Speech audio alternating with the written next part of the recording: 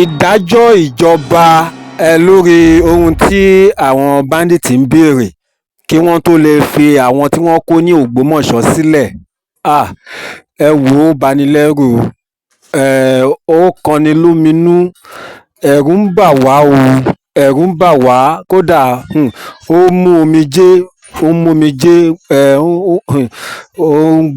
omijé gbọ̀n ni o ẹ̀rù ń bà wá torí pé ṣe rí ìdájọ́ ìjọba lórí ohun tí àwọn ajínigbé ń béèrè yìí ibi tí ó lè yọrí sí fún àwọn tó wà lákàtà àwọn ajínigbé àfi tọ́lọ́run bá ṣe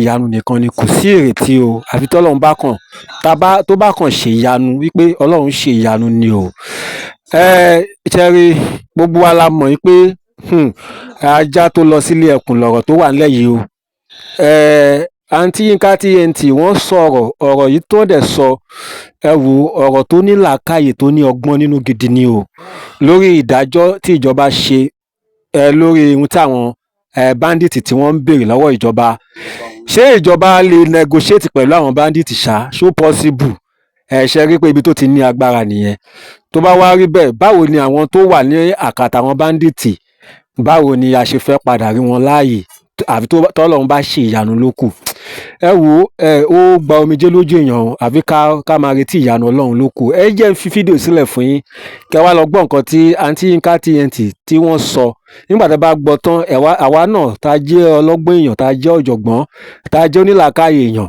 ẹ jẹ́ ká sọ sí ní comment section ẹ ṣé yóò dára fún wa a ò ní kàgbákò àgbákò ní kò wá o a ní rí wàhálà lórúkọ Jésù ó yá lókè lọ́hùn.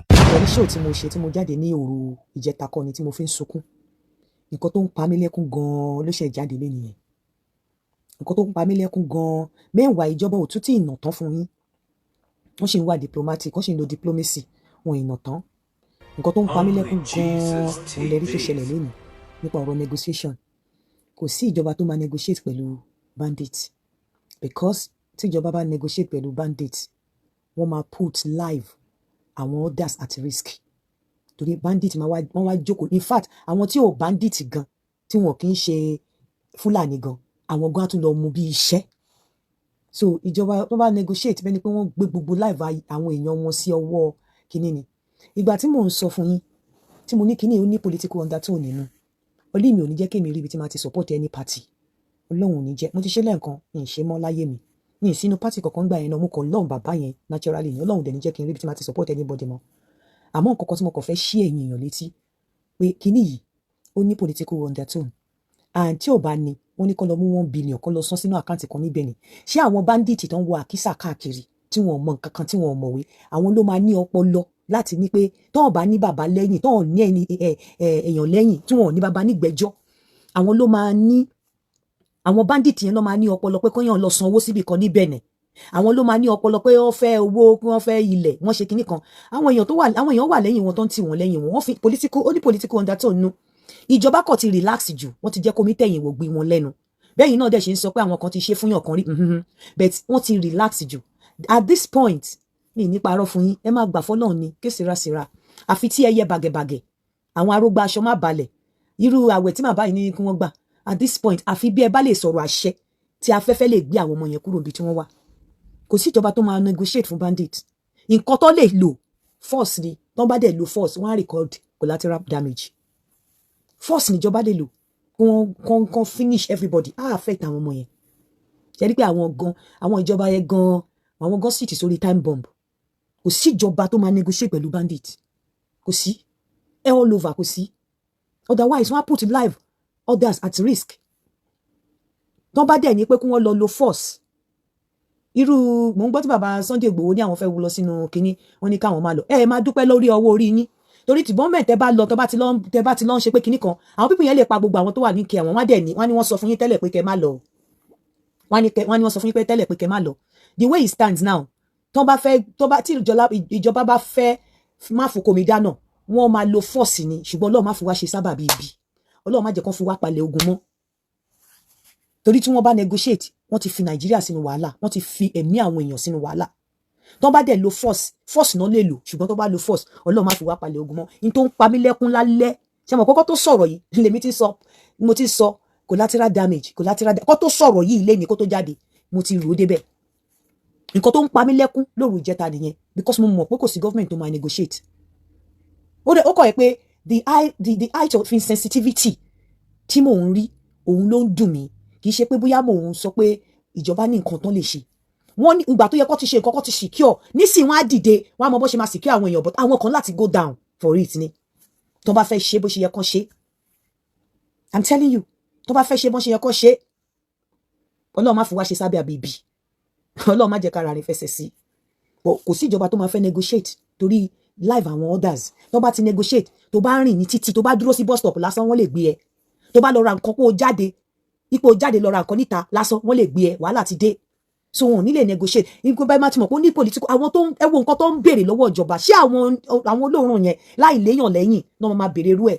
ni mo ṣe sọ pé ó ní political wọ́n fi àwọn èèyàn play game ni wọ́n fi ẹ̀mí àwọn ọmọ yẹn play game ni ìjọba mọ̀ pé àwọn lè lo force but nítorí pé tó bá lo force gbogbo àwọn bí ọmọ yẹn gbogbo wọn ló máa lọ that is it so at this point wàláì kò sí nǹkan tán lè ṣe kò sí nǹkan kan tán lè ṣe kò sí nǹkan kan tán lè ṣe mo dẹ̀ fẹ́ tún wá sọ nǹkan kan fún yín ẹni tó fẹ́ wálẹ̀ bàbá yẹn tó fẹ́ wálẹ̀ kejì báwo lẹni tó ṣe fẹ́ wálẹ̀ kejì tá lọ organize nǹkan tó máa ba ìjọba ẹ̀ jẹ́ èmi o Ọlọ́run mo ń wà factual ni o mi ò support anybody tí n bá support anybody Ọlọ́run fi yọwọ́ ẹ̀ jẹ mi o but mo ń wà factual mo ń fact ni mo ń sọ fún yín èyàn ò lè fẹ́ wálẹ̀ kejì kó wá lọ organize nǹkan tó máa ba ìjọba ẹ̀ jẹ́ láti má wálẹ̀ kejì àwọn tó ń ṣe yìí wọ́n ń lo kinní yẹn láti wọ́n mọ nǹkan tó fi ń ṣe àmọ́ kò yẹ kó fi àwọn ọmọ wa gbá game tó fi ń gbá yìí honestly kò yẹ kó fi àwọn ọmọ wa gbá game tó ń fi wọ́n gbá yìí wọ́n fi àwọn ọmọ yẹn gbá game ni ẹ má jẹ́ ká tanra wa ẹ pọ́n kan yín sọ́nà kan mi ò ní tàn yín ìjọba ò ní kò sí ìjọba tó máa negotiate torí tó bá negotiate ọmọ ẹ tó bá fẹ́ jáde lọ́tọ̀ tí ọmọ ẹ bá fẹ́ bọ́ síta kẹyà lọ sókèlè mọ́dì anytime lẹ lè gbọ́ even àwọn area boys tí wọn ò ríṣẹ́ wọ́n máa mú ṣe kidnapping ní kókó dùn wọ́n máa mú ní kókó dùn wọ́n á sọ díṣẹ́ àwọn tí wọn ò ríṣẹ́ ṣe wọ́n á sọ díṣẹ́ máa ní bandi gbò síbi tó máa save mọ́ tí ìjọba bá lọ bargain ìjọba mọ̀ pé nǹkan tó yẹ káwọn ṣe ni pé tó bá dẹ̀ ní kí wọ́n da sójà kán lo drone kán lo gbogbo ẹ̀ gbogbo àwọn ọmọ yẹn ló máa lọ Ọlọ́run má fi wá ṣe sábà bíbí so bí àwọn èèyàn jàdọ̀la insensitivity ló ń dùn mí tí irú ìyàwó governor ìyàwó president pẹ̀lú bá ṣe ṣe sọ ìyàwó president ṣì ń pín mọ́tò kíní yẹn ń ka mi lára mo mọ̀ pé kò sí much tíjọba lè ṣe at this point but dá pé wọn wà sensitive yẹn ó ń dùn mí kò sí nǹkan tó lè ṣe wọ́n fi wọ́n gbá géèmù ni political tẹ bá rí gbogbo nǹkan tí wọ́n demand ẹ mọ̀ pé ọpọlọ àwọn bandit yẹn ò gbé nǹkan tí wọ́n demand gbogbo pé kó lọ sọ sí àkáǹtì níbẹ̀ yẹn ẹ mọ̀ pé ọpọlọ àwọn bandit yẹn ò gbé pé àwọn ní baba nígbẹ́jọ́ baba dẹ̀ sọ wípé wọ́n fẹ́ rù níjọba òun on security kí bàbá yìí dẹ̀ sọ àwọn tó fẹ́ rù ní ẹ̀kọ́ jẹ́ kí gbogbo àwọn youth kún wọn lọ kógun bá wọn kí bàbá yìí sọ síta àwọn tó mọ̀ pé wọ́n fẹ́ ba ìjọba yẹn jẹ́ àwọn ò ní pé kẹ́ ẹ dìbò fún Tinubu mọ́ ẹ lọ gba PVC yín but kọ́ má bàa pa àwọn èèyàn tán kí bàbá yìí sọ síta àwọn tó bá mọ̀ pé wọ́n disturb kìíní kó àwọn èèyàn lọ kógun bá wọn kọ́ lọ jà because the way he stands ẹ má jẹ́ ká tanra wa èmi ń padà sọ̀rọ̀ ọ̀ṣẹ́ mi kò sí nǹkan kan tí wọ́n lè ṣe kò sí nǹkan tó lè ṣe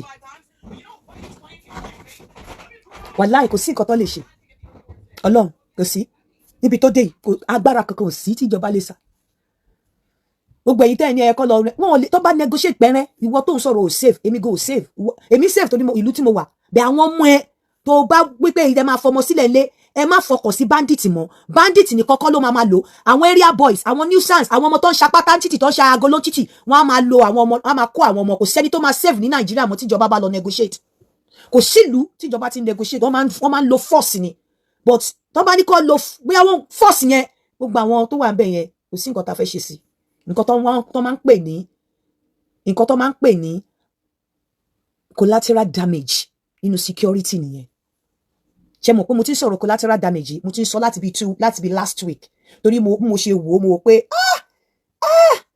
nǹkan tó lè ṣẹlẹ̀ and ìjọ tí mo ti mọ̀ pé bákan méjì ni ìjọ tí àwọn bandit yẹn ti sọ wípé àwọn ò negotiate pẹ̀lú individual pé ìjọba ni ìjọ yẹn ni mo ti lose mo ti mọ̀ pé ìjọ yẹn ni ẹkún yẹn ti pọ̀jù fún mi.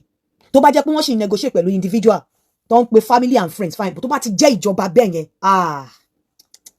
bákan méjì ni. You see that force, with force there's going to be a collateral damage. Or kí ìjọba negotiate, tí ìjọba bá negotiate gan, tó bá àfi tí wọ́n bá sọ síta, tí international community gan bá mọ̀ pé wọ́n negotiate kò ṣe nǹkan tó da tó máa pay yín. In fact, àwọn ọmọ ìlú yín tó bá lọ síbò mi wọ́n máa wò wọ́n at risk. Mo rí nǹkan documentary kan téèyàn kan ṣe nípa Nàìjíríà, ó bà mí nínú jẹ́ ńgbà tí mò ń gbọ́. So ó máa internationally ló máa dent yín. Ìjọba ò kí ń wọ́n kò lè má lè sọ internationally ló máa dent image. But kíní yẹn ní political undertone tó ti lè sọ wípé government làwọn fẹ́ bá sọ̀rọ̀. Mo ti mọ̀ kó máa le gan. Pé àwọn demand wọn kò sí bó ṣe lè kéré tó ìjọba ò ní lè negotiate. It's just like nígbà tó on request for ammunition lọ́wọ́ ìjọba, ó dàbí pé ìjọba fún wọn ó fi ẹ̀mí àwọn èèyàn lé wọn lọ́wọ́ kọ́ lọ máa pààyàn nínú. Tí ìjọba bá gbérù nǹkan báyẹn fún wọn, tó bá fún àwọn tó kù lẹ̀, ẹ̀mí ẹ̀yin tó kù, ìbọn yẹn wọ́n máa fi pa àwọn èèyàn tó kù ni. Wọ́n wá ní wọ́n wá máa lọ́sàn gangan wá gbé èèyàn. O wá nílé wọ bọ́ọ̀sì mọ́ ní Nàìjíríà, ò lè wọ bọ́ọ̀sì mọ́. Tó bá ní mọ́tò tiẹ̀ gan tí ó dọ̀pù bá wà, nígbà tẹ́mi wà nílé mi mò ń drive ní 3 a.m. mi ò ń sùta, mi bá dé ní flight ní 12 a.m. ń lọlé. But tó bá ní mọ́tò tiẹ̀ gan, ò ní lè drive níbi tí ó dọ̀pù wà, wọ́n lè ọdẹ bọ́ọ̀lẹ̀ nu mọ́tò ẹ̀ kan wọlé kan gbé ẹ lọ. Bó ṣe máa rí nìyẹn kíbi tó bá ti negotiate fún rú ẹ̀. Ní tó ń pa mí lẹ́kún òru ìjẹta nìyẹn, nǹkan òun náà sọ lé nìyẹn. Gbogbo wọn á lo intelligent, wọn á lo kíní kan, force náà máa lò, tó bá dẹ̀ lo force, wọ́n máa record the collateral damage. And you know what collateral damage means? Tó bá ní kán gbé drone, gbogbo everywhere náà máa clear. Tó bá ní ká da sójà wọ bẹ̀, the moment àwọn yẹn bá ti gbọ́ pé sójà ti wọlé, wọ́n máa clear everybody ni, because àwọn ò kọ́ kú, but nǹkan tó ṣe yín, nǹkan tó mú yín lọ́kàn, ẹ fẹ́ wá rescue àwọn èèyàn yín lẹ ṣe send sójà, wọn ò ní fa àwọn èèyàn yín lẹ̀. Wọn ò ní fa àwọn èèyàn yín lẹ̀. Ọlọ́run má fi wá ṣe sábàbí. Ọlọ́run ọba má fi wá palẹ̀ ogun mọ́. I'm a very blunt person, very very blunt to a fault at this point. Ìjọba ti mẹ́hẹ̀ nípa security sẹ́yìn, but on this one, pẹ̀lú negotiation yẹn gbogbo nǹkan táwọn yẹn kò sí nǹkan tí ìjọba lè ṣe. Honestly, kò sí. Ṣé máa ní kọ́ lọ negotiate now? The only thing tó lè ṣe ni kán lo force. But tó bá lo force, a kọ́ keep open mind ni. Bákan méjì ni, a lè rí wọn. A dẹ̀ lè má rí wọn. Bákan méjì ni. Mo gbọ́ nǹkan tí olóyè Sunday Igboho sọ lọ́sàn-án. Ó ní àwọn fẹ́ lọ sínú igbó, wọn ní kọ́ máa lọ. Ọlọ́run jọ̀ọ́, táwọn bá lọ, táwọn pípín yẹn, ipò àwọn sọ pé táwọn bá lọ, àwọn pípín yẹn lè pa gbogbo wọn. Tó bá dẹ̀ pa gbogbo àwọn náà máa hold responsible. Wọ́n á ní ṣèbọn ní kó má lọ. There's nothing that I think can be done. The government cannot negotiate pẹ̀lú bandit, pẹ̀lú gbogbo count wọn yẹn wọ́n bèrè. Báwo ni government ṣe máa fún bandit níbọn? How is that possible? Ẹ jẹ́ ká wo objective now. Báwo ni bandit ṣe máa empower, báwo ni ìjọba ṣe máa empower bandit láti máa pa àwọn èèyàn? By giving them gun, you have given them a license to kill your people. You are empowering them to kill your people. Tó bá ti di pé wọ́n fún wọn lówó, even giving them money, they are going to use the money to buy more guns. So you are telling them that you are giving them free ticket to kill more people. And everywhere will not be safe. Across everywhere, even people that are not bandits, wọ́n tó ń bá rí iṣẹ́, wọ́n máa lọ darapọ̀. Wọ́n á máa rí báwọn èèyàn máa lọ máa kọ invitation under bandits, báwọn fẹ́ join. If people could get money, they could take giveaway from bandits lórí TikTok. Do you think such people will not want to join? Àwọn tó ń accept giveaway lọ́wọ́ bandit, wọ́n yàn bandits sọ pé àwọn fún yín ní giveaway, then ṣépè fáwọn. If people could accept giveaway from bandits, do you think they will not want to join? So when government gives them gun, or fún wọn lówó tó fi ra ìgbọ́n, it's like giving them license to kill more people. Mo ti sọ ẹkún láti 3 days. Mọ bí tí mo ti ronú dé. Ibi tí mo ti mọ̀ pé problem ti bẹ̀rẹ̀. Nígbà tó ti ní government làwọn fẹ́ bá dì, mo mọ̀ pé wàhálà ti dé. Ṣé mọ̀ pé àwọn individual máa ń ṣe tán ní bọ̀bọ̀ kó àmọ́ ṣọ́ yẹn máa lọ gbé. Àwọn eléyìí ò ní bá individual sọ̀rọ̀. I'm telling you, wọn ò ní bá individual sọ̀rọ̀. Government yẹn kan tó fẹ́, tó bá ti di pé wọ́n pe government, wọ́n fẹ́ gbalẹ̀, wọ́n fẹ́ gba kíní kan yẹn, wàhálà ni. And there's no government that will want to negotiate with bandits. Think about it. Any government tó bá ṣe bẹ́ẹ̀, ẹ̀yin aráàlú gan, ó yẹ kẹ́ kó ẹrù yín kẹ́ máa lọ ni wọ́n. Government tó bá ṣe bẹ́ẹ̀ kò care nípa aráàlú. Kò care nípa aráàlú pé kò care nìyẹn, ìyẹn gangan kẹ́ kó ẹrù yín, kẹ́ kúrò tí government bá ti lè negotiate pẹ̀lú bandits. Kẹ́ kó ẹrù yín kẹ́, because save mọ́. Bẹ́ẹ̀ bá náà mọ́ kó lọ bomi wá dítà, ó lè má padà wọlé. Bẹ́ẹ̀ bá ní kó lọ ra nǹkan wá, ó lè má padà wọlé. Bẹ́ẹ̀ bá lọ sí school, ọmọ bá lọ sí school, wọ́n lè má padà dé. Bẹ́ẹ̀ bá wa mọ́tò yín, wọ́n lè dúró kó dá yín lọ́nà, kó gba mọ́tò lọ́wọ́ yín. because government ti fún wọn ní free hand pé láti wọlé. And another thing tí government lè ṣe ni pé kí wọ́n lo force. Tó ń bá dẹ̀ lo force, ẹ má jẹ́ ká tọra wa, there will be casualty, there will be collateral damage. Because wọn ò ní gbé drone kó máa blast everywhere. Tó bá blast everywhere, do you think the bandit will be looking at your children? Or do you think government máa dá àwọn ọmọ yín mọ̀ yàtọ̀, àbí àwọn sójà máa dá àwọn ọmọ yín mọ̀ yàtọ̀ tó máa fi mọ̀ pé àwọn ọmọ yín lélẹ́yìí o, àwọn eléyìí náà máa pa àwọn eléyìí náà nípa o. So there will be collateral damage. In most cases, ní àwọn ibìkan tí nǹkan báyẹn bá ti ṣẹlẹ̀, collateral damage ló máa ń ṣẹlẹ̀, ló máa ń wáyé. At this point, way out ni wípé just keep an open mind. Keep an open mind. Àwọn ìyá àbàgẹ̀bàgẹ̀, àwọn ẹlẹ́yẹ, àwọn arógbá aṣọ má gbalẹ̀, àwọn pásítọ̀ tó ń sọ̀rọ̀ tó láwọn lè pàṣẹ ọ̀rọ̀, àwọn ló lè ṣe nísìn, àwọn aláṣẹ ọ̀rọ̀ tó bá jẹ́ pé lóòótọ́ ẹ̀yin pastors Ọlọ́run pè yín, agbára yẹ ọwọ́ yín ló wà nísìn. Honestly, tí n bá ní interest nínú party kankan lọ́njọ́ fi yọwọ́ ẹ̀ jẹ mí, but at this point kò sí nǹkan kan tí government lè ṣe. Kò sí. Wọ́n ti mẹ́ẹ̀ lórí security, but eléyìí normally Ọlọ́run má fi wá ṣe sábàbí, má fi wá kọ́ àwọn tó kù lọ́gbọ́n, òun lọ́rọ̀ àwọn tó wà ní ìkẹ́ àwọn people yẹn. Because nísìnyìí government máa wá sit tight. Wọ́n wá mú ọ̀rọ̀, ó yẹ kó mú ọ̀rọ̀ ọmọ yẹn sọ pé ọ̀rọ̀ security sì kan mú ní kókó dùn. Kò ì tí ì tán o, nítorí pé ó ní political undertone nínú. Nítorí EG ẹ ti rí ibi tí wọ́n ti àwọn bandits alákìsà tó ń béèrè pé kí wọ́n lọ sanwó sínú àkáǹtì kan ní Benin. Àwọn bandits tí wọ́n kàwé, tí wọ́n ń béèrè land, tí wọ́n ń béèrè ilos, tí wọ́n ń béèrè law lọ́wọ́ government. Ó yẹ kẹ́ mọ̀ wípé àwọn èèyàn kan ló burú, ló jẹ́ olórí burúkú tó pamọ́ sábẹ́ kínní yẹn, tó fi ń ṣe bí tó ń fi àwọn èèyàn play game politics. Be that as it may, the way it stands now, ẹ má jẹ́ ká tanra wa, kò sí nǹkan tí ìjọba lè ṣe. Kì í ṣe pé mo ò fi pé ìjọba ò ní owó tó lè fi ṣe, but kò sí ìjọba ìlú tó negotiate pẹ̀lú bandits. Ìjọba tó bá ìlú tó bá wọ́n ti fi ìgbésí ayé àwọn èèyàn, gbogbo ayé kò ní free mọ́. Ọlọ́run ọba nìkan ló lè ṣeṣẹ́ ọwọ́ ẹ̀ bá ṣe wà yìí. Ọlọ́run nìkan, Ọlọ́run ọba nìkan ni. Ọlọ́run ọba nìkan ni. Because tó bá lo force níbẹ̀ yẹn, there will be collateral damage. Kò dẹ̀ sígbà tí ìjọba ò ní lo force, because tí ìjọba ò bá lo force àwọn people yẹn, wọn ò ní fi yín lọ́rùn lẹ̀. Wọ́n láti lo force kí wọ́n rí pé àwọn náà wọ́n record casualty, wọ́n pa wọ́n sílẹ̀, bá àwọn tó wà lọ́ndà wọn kọ́. Tí mo mọ̀ pé nǹkan tí ìjọba àwọn tó wà lọ́ndà wọn kọ́. Tẹ́ bá ní wọ́n ní army, wọ́n ní kíní kan, ó easy láti lo army, but are you ready to lose your people? But because tó bá lo force, definitely you will lose your people. There will be òun yẹn kan tó ń pè ní collateral damage nìyẹn. Honestly. Bá involve US Army. Rí nǹkan tó ṣẹlẹ̀ àwọn tó jà lẹ́nu ọjọ́ mẹ́ta yìí ni. Kò síbi tẹ́ lè involve wọn nígbà tẹ́ pé kò sí designated area tó fi àwọn èèyàn yín sí. Àwọn bandit yìí tó kó àwọn èèyàn yẹn, àwọn náà máa fọ àwọn èèyàn yẹn protect ara wọn ni. Ibi tí wọ́n máa fa àwọn èèyàn yẹn síbi tó máa protect wọn ni, kì í ṣe pé bóyá ní pé irú tẹ́ bá lọ wòyàn lọ hospital sí, wọ́n ló wà ní ward kìíní kan ward A, ó wà ní bed 2. Ti níbi tó wà designated area nìyẹn. But ibi táwọn ọmọ yín wà, táwọn ọmọ wa wà, ní designated area. Bóyá tó bá gbé drone, tí America US Army bá wá, ní designated area fún àwọn ọmọ yẹn, fún àwọn ibi tó kó.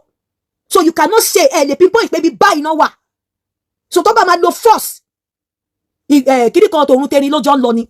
That is the truth. Òótọ́ tó jóná tó jóyàn lára, òótọ́ tó laná, òótọ́ tó ṣòro sọ ni, òótọ́ ni. At this point, government go wà helpless. At this point, kò sí nǹkan tí government go fúnra wọn at this point. Kò ságbára tó fẹ́ stọ́ lè sà. Agbára méjì ni. Ṣé wọ́n fẹ́ negotiate?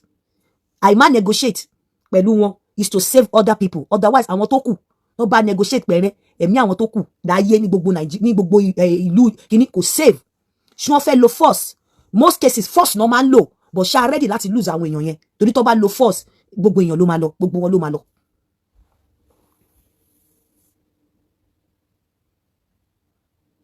Dauda Toluwaloju, tell me what they can do.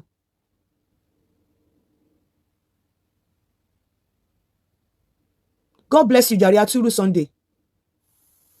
Ó máa la wọ́n mọ́ yẹn as shield ni.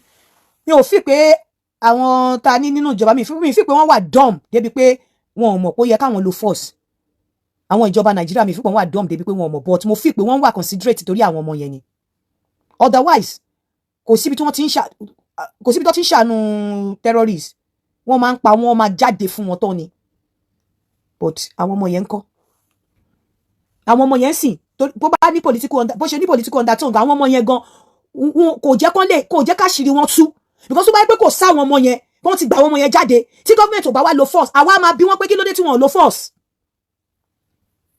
tó bá jẹ́ pé kò sá àwọn ọmọ yẹn ń bẹ̀ tí gọ́ọ̀mẹ̀ntì ò lo force a máa bí wọ́n pé kí ló dé kí ló ń try láti protect but now we have cause to ask the government because we know that wọ́n protect àwọn ọmọ yẹn but ká ní kò sá àwọn ọmọ yẹn ń bẹ̀ a máa bí wọ́n pé kí ló dé tí wọ́n ò ṣe lo force àwọn ọlọ́pàá dà àwọn àmì dà kí ló dé tí wọ́n ti wọnú gbó bẹ́ẹ̀ tó bá ṣe àwọn ọmọ yẹn máa lọ gbogbo àwọn tó kó yẹn ló máa lọ gbogbo àwọn tó kó yẹn ló máa lọ.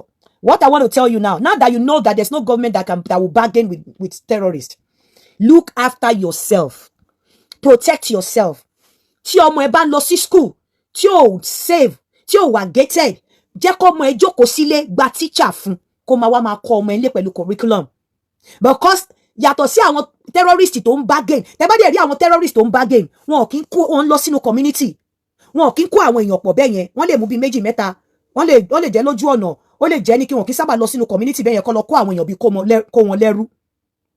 Ẹ rí pé ńgbà mi tí gọ́ọ̀mẹ̀ntì ò bá fún wọn látẹ̀ńṣọ̀n wọ́n máa ń waste àwọn èèyàn yẹn. Irú àwọn bandit tó máa ń lọ kó àwọn èèyàn pọ̀ bẹ́ẹ̀ yẹn attention gọ́ọ̀mẹ̀ntì náà máa ń sábà wá. So mo fọlọ́run ọba bẹ́ẹ̀ look after yourself. Tọ́ ọmọ ẹ bá ti wà ní school tí ò wà gated jẹ́ kọ́ ọmọ ẹ kúrò ńbẹ̀ máa kọ́ ọmọ ẹ láti ilé ẹ máa sun ọmọ yín mọ́dì. This is not about blaming the government. All over the world kò sí government tó ń bargain pẹ̀lú terrorist kò sí wọ́n máa ń pa wọ́n dànù ni.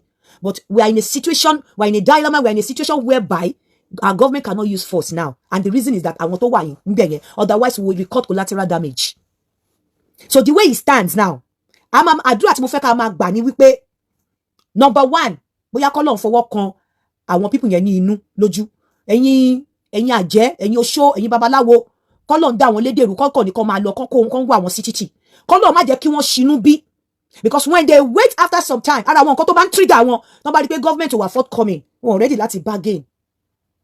Wọ́n lè wà triggered láti bí àwọn fẹ́ tẹ̀síwájú, wọ́n fẹ́ kúrò ní that point, ibi tó wà yẹn, ìtẹ̀dó tó wà yẹn, wọ́n tún fẹ́ lọ ṣiṣẹ́ mi, wọ́n wá wò pé bad market lélẹ́yìn fáwọn. Wọ́n lè wà triggered kan ṣe nǹkan tí ò yẹ kan ṣe. Wọ́n lè bínú. So we have to be prayerful. Ibi tí àdúrà ti wọlé nìyẹn. K'Ọlọ́run kó pẹ̀tù sí wọn lọ́kàn. K'Ọlọ́run má jẹ́ kí wọ́n ṣinú bí. K'Ọlọ́run kó kọ̀ jẹ́ kó wò níbi kan níbi lẹ́ẹ̀kan náà. K'Ọlọ́run jẹ́ kó wò kí wọ́n kọ̀ change ọkàn wọn. Ibi tí àdúrà ti wọlé nìyẹn. Èmi ò sọ pé àdúrà government fún àdúrà àwọn tó ń àwọn terrorist yẹn. K'Ọlọ́run fọwọ́ tọ́ wọn lọ́kàn. Kí Ọlọ́run dá àwọn lédè kó bínú kó àwọn ọmọ yẹn síta. Kó má ṣinú bí pé wọn ò dá wọn lóhùn.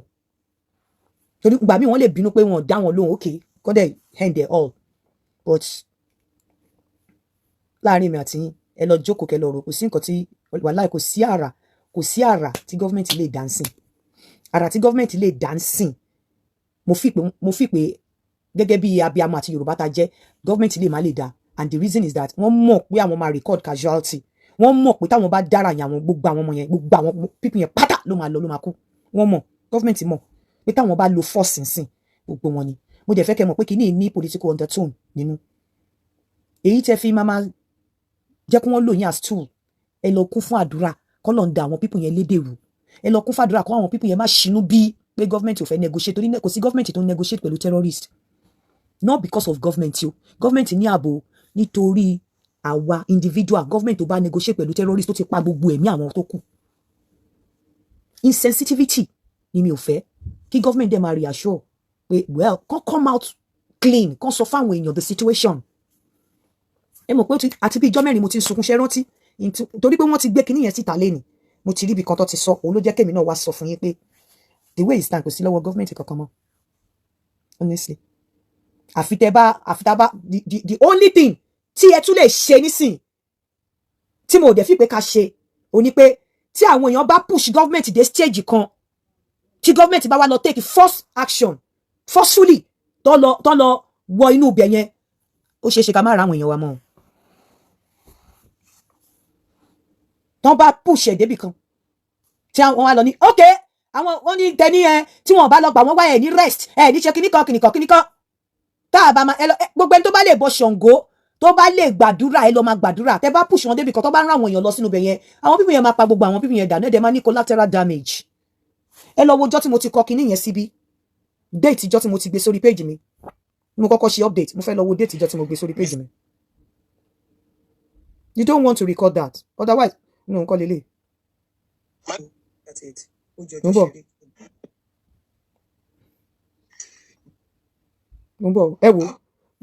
3 days ago, in a situation where ransom means more victims. Oh God, save our captives from collateral damage. But when you only understand, bí mo ṣe máa ń kọ nǹkan mi, mo ti mọ̀ pé nǹkan báyìí máa ṣẹlẹ̀.